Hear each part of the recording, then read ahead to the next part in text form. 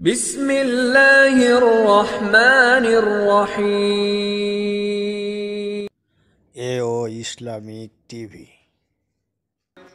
দরবারে আলী শানে লাখ কোটি শুকরিয়া আদায় করছি যে মহান মানিব মুসলিম উম্মার এই ক্লান্তি লগ্নে হাজারো প্রতিকূলতাকে উপেক্ষা করে শত সহস্র বাধাকে পেরিয়ে নবী করিম সাল্লাল্লাহু আলাইহি ওয়াসাল্লামের ভাষায় বেহেশতের বাগানের মধ্যে উলামায়ে ইকরামের মাজলিসে কোরআন হাদিসের মাহফিলে আমাদেরকে যথা সময় উপস্থিত হওয়ার তৌফিক দান করেছেন। এই জন্য আপনারা খুশি না বেজার? কম না বেশি? উচ্ছ্বসিত কণ্ঠে খুশি মনে মন প্রাণ উজাড় করে আল্লাহ পাকের শেখানো ভাষায় শুকরিয়া আদায় করছি। জবান ছেড়ে দিয়ে সকলে একযোগে বলছি আলহামদুলিল্লাহ। রব্বানা লাকাল হামদ হামদান কাসীরা তাইয়িবান মুবারাকান ফীহি রব্বানা লাকাল হামদু কামা ইয়ানবাগি লিজালালি ওয়াজহিকা ওয়া আযীমি সুলতানিকা। আল্লাহ রাব্বুল আলামিন আজকের মাহফিলকে কবুল করুন। জোহরা জলিল নুরানি হাফিজিয়া মাদ্রাসাকে আল্লাহ তাআলা কিয়ামত পর্যন্ত কবুল করে নিন। মাদ্রাসার সমস্ত হাজাত আল্লাহ পাক তার গায়বে খাজানা থেকে মিটিয়ে দিন। অক্লান্ত পরিশ্রম করে জান্নাতের বাগান যারা সাজিয়েছেন, দূরদারাজ থেকে শোনার জন্য যারা এসেছেন, আজকের মাহফিলের ওসিলা করে আল্লাহ তাআলা সকলকে পরিপূর্ণ হেদায়েত নসিব করুন।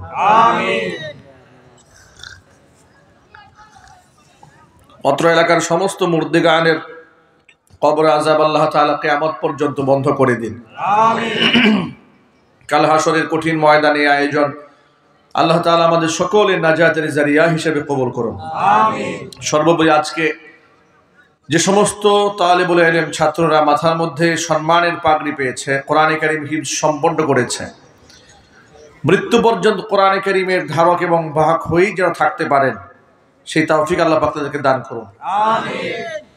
জগৎ বিখ্যাত আলেমী দ্বীন, হক্কানে আলেমী দ্বীন, দাঈ ইলাল্লাহ ওয়া তৌফিক আল্লাহ পাক দান করুন। তাদের পেছনে যে সমস্ত আসাতিজা ইকরামের শ্রম আছে, ঘাম আছে, আল্লাহ পাক তাদের নেক হায়াত দারাজ করুন। সর্বোপরি আজকের মাহফিলের ওসিলা করে আল্লাহ রাব্বুল আলামিন আমাদের সকলকে কোরআন সুন্নাহর নূর দিয়ে আলোকিত করে দিন। প্রিয় ভাইরা, কোরআনে কারীমের ময়দানে আমরা আসি কোরআন থেকে আলোচনা শুনে উপকৃত হওয়ার জন্য, ঠিক কিনা বলেন? বর্তমান সমাজ প্রেক্ষাপটে যদি কোরআনে কারীমের চর্চা ব্যাপক হারে হতো এবং এর উপকারিতা যদি সব জায়গায় খুব ব্যাপক হারে বয়ান করা যেত, তাহলে মানুষের চরিত্র আরো অনেক ভালো হয়ে যেত। আজকে কোরআনে কারীমের প্রচার এবং প্রসারে শত বাধা আছে, বিপত্তি আছে। ইসলামের পথে চলা, ইসলামের কথা বলা, এটা অনেকটা রিস্কি হয়ে দাঁড়িয়েছে বাংলাদেশ প্রেক্ষাপটে, ঠিক কিনা বলেন? নাস্তিকতার পক্ষে কথা বললে বলা হয় মুক্তমনা। আপনি কোরআনে কারীমকে গালি দিবেন, নাউযুবিল্লাহি মিন যালিক। আল্লাহ রাসূল সাল্লাল্লাহু আলাইহি ওয়াসাল্লামকে যারা গালমন্দ করে, তারা নিজেদেরকে মুক্তমনা লেখক, মুক্তমনা গবেষক, মুক্তমনা ব্লগার, এগুলো তারা আখ্যা পান। আর আপনি যদি নাস্তিকদের কথার জবাব দেন, প্রটেস্ট করেন, প্রতিবাদ করেন, আপনাকে তখন বলা হবে উগ্রবাদী, মৌলবাদী, জঙ্গিবাদী। স্মরণ করিয়ে দিয়ে আপনাদেরকে কিছুদিন আগে ট্রান্সজেন্ডার মতবাদ নিয়ে বাংলাদেশের একটি শিক্ষিত মহল যথেষ্ট পরিমাণ চেষ্টা করেছে ট্রান্সজেন্ডার মতবাদের যে কুফরি মতবাদ, সমাজ বিধ্বংসী মতবাদ, এটা যেন সমাজে না আসতে পারে। এই জন্য জেনারেল শিক্ষিত লোকেরাও প্রচেষ্টা চালিয়েছে। উল্লেখ করা যায় এভাবে, ডক্টর সরওয়ার সাহেব ইন্ডিপেন্ডেন্ট ইউনিভার্সিটির অধ্যাপক, প্রফেসর তিনি, এবং সাথে সাথে ব্র্যাক ইউনিভার্সিটির খণ্ডকালীন শিক্ষক আসিফ মাহতাব সাহেব, যিনি একটি সামাজিক অনুষ্ঠানে জাতীয় কোনো এক সেমিনারে তিনি বইয়ের পাতা থেকে শরীফা হওয়ার গল্পের পৃষ্ঠাটা ছিঁড়ে ফেলে দিয়েছিলেন। নিশ্চয়ই খবর তো আপনাদের কাছে আছে, আছে না নাই? যদি এই সংবাদ আপনাদের কানে থেকে থাকে, নিশ্চয়ই আপনারা এতটুকু শুনেছেন, ডক্টর সরওয়ার সাহেব আফসোস করে বলেছিলেন যে আমি একজন মুসলিম শিক্ষাবিদ, এটা আমি বলতে পারি না বাংলাদেশে। অথচ উনি বলেছেন যে ওনার সিঙ্গাপুরের সিটিজেনশিপ দেওয়া ছিল, উনি সিঙ্গাপুরের নাগরিকত্ব ক্যান্সেল করে বাংলাদেশে এসছেন। পৃথিবীর উন্নত কান্ট্রিতে তাকে গবেষক হিসেবে নেওয়ার জন্য পৃথিবীর উন্নত দেশগুলো তাকে প্রস্তাবনা দিয়েছে।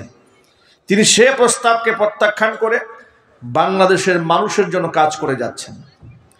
জেনারেল শিক্ষায় শিক্ষিত হয়েও কোরআনে কারিমের নূর সিনার মধ্যে থাকার কারণে তারা ইসলামের কাজ করে যাচ্ছেন। আলহামদুলিল্লাহ বলবেন না? ইসলামের কাজ শুধুমাত্র আলেমরাই করছে না, আলেমদের পাশাপাশি আল্লাহ রাব্বুল আলামিন এমন অসংখ্য জেনারেল শিক্ষিত লোকদের অন্তরকে কোরআনের নূর দিয়ে আল্লাহ আলোকিত করে দিচ্ছেন, যারা কোরআনে কারিমের প্রচারে প্রসারে ইকামতে দ্বীনের জন্য তারা নিজেরা রক্ত ঘাম শ্রম সব বিলিয়ে দিচ্ছে বাংলার মাটির ইসলামকে রক্ষা করার জন্য। কথা বলেন ঠিক কিনা? প্রফেসর সারোয়ার সাহেব বলেছিলেন, কেউ যদি সমকামিতার পক্ষে কথা বলে এই দেশে, তাহলে তাকে সকলে অ্যাকসেপ্ট করে, গ্রহণ করে, ওয়েলকাম জানায়। কিন্তু আমি একজন মুসলিম শিক্ষাবিদ, এটা আমি বলতে পারি না বাংলাদেশে। এটা বললে আমাকে ট্যাগ দেওয়া হয় মৌলবাদী, এই অপারেটর, এইভাবে সামনে কথা বলা যাবে না, কথাটা কেটে যায়। ভলিউম বাড়ান, কথা যেন একটু 4 আঙ্গুল দূর থেকে বলা যায়। এইভাবে কি ঠোঁট লাগিয়ে কথা বলা যায় সার্বক্ষণিক? ভলিউম দেন যাতে নর্মাল কথা বলা যায়। আরো আওয়াজ দেন।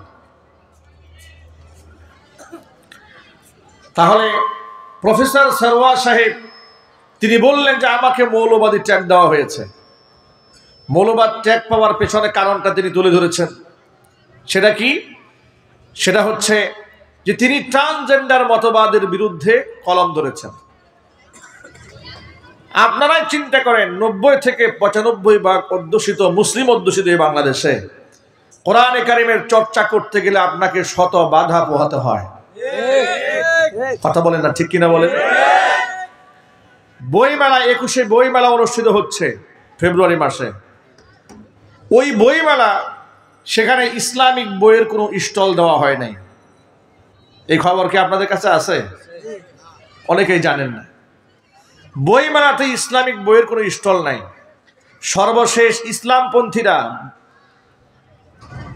জাতীয় মসজিদ বাইতুল মুকাররমে প্রত্যেক বছর আলাদা করে তারা একটা বইমেলার আয়োজন করেন।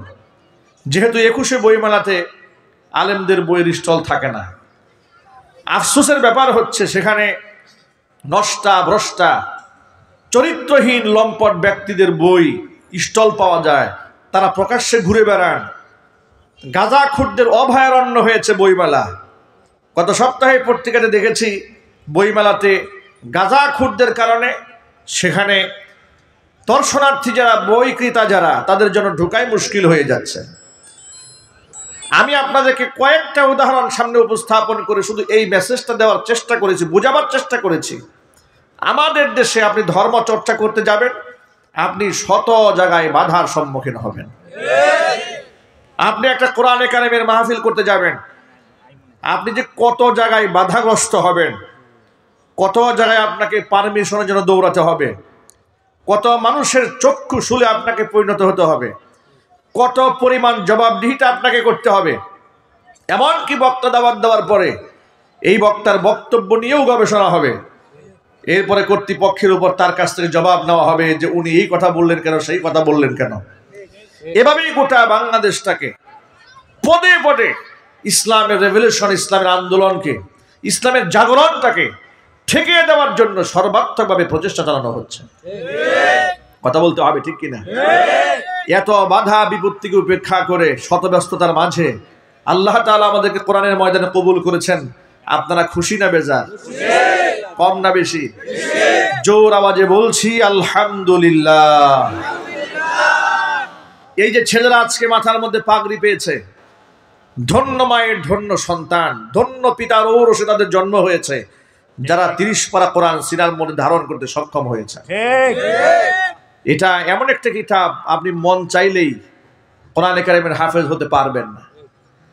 আল্লাহ রাব্বুল আলামিন আমাকে কোরআন হিফজ করার সুযোগ দিয়েছে। আমি দেখেছি আমাদের সাথে অনেক বড় লোকের ছেলেরা ভর্তি হয়েছে মাদ্রাসাতে।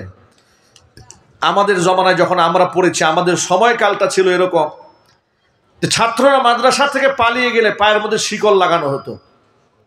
আর আমরা বেড়ে উঠেছি কঠোর শাসনের ভেতরে।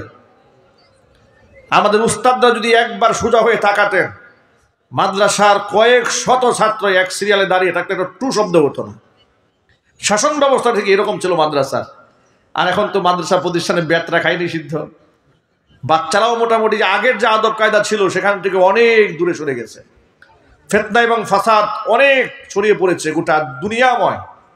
এরপরেও যে আমাদের সন্তানরা কোরআনে কারিমে আগলে ধরছে, শত ফাসাদের মধ্যেও আমরা আল্লাহর দরবারে শুকরিয়া আদায় করছি। আমরা শুধু শুকরিয়া আদায় করেই ক্ষান্ত হব না, আমরা চেষ্টা করব আল্লাহর কাছে সাহায্য নিয়ে আমাদের প্রত্যেকের ঘরে ঘরে একটা করে 30 পারা কোরআনের হাফেজ বানাবার জন্য। কারণ আমাদের আগামীর ভবিষ্যৎটাকে অন্ধকারের দিকে ঠেলে দেওয়ার জন্য কত প্রকারের প্ল্যান প্রোগ্রাম হাতে নেওয়া হয়েছে। বাচ্চাদের শিক্ষা সিলেবাসের মধ্যে কুফরি, শিরকি, বেদাতি, কুসংস্কার দিয়ে ভরে ফেলা হয়েছে। বাচ্চাদেরকে শারীরিক শিক্ষার নামে নির্লজ্জ বানিয়ে ফেলা হচ্ছে। কথা বলতে হবে। এমনকি বাচ্চাদের বইয়ের মধ্যে মূর্তির ছবি দিয়া তাদেরকে ঈমান হারা করার ষড়যন্ত্র করা হচ্ছে। ট্রান্সজেন্ডার মতবাদ ঢুকিয়ে দিয়ে মানুষদেরকে কুফরির দিকে পরিকল্পিতভাবে ঠেলে দেওয়া হচ্ছে। সুতরাং আগামীতে যদি আমরা আমাদের সন্তানদেরকে মানুষ বানাতে চাই, আল্লাহ পাকের কোরআনের নূর ছাড়া বিকল্প কোনো রাস্তা নাই।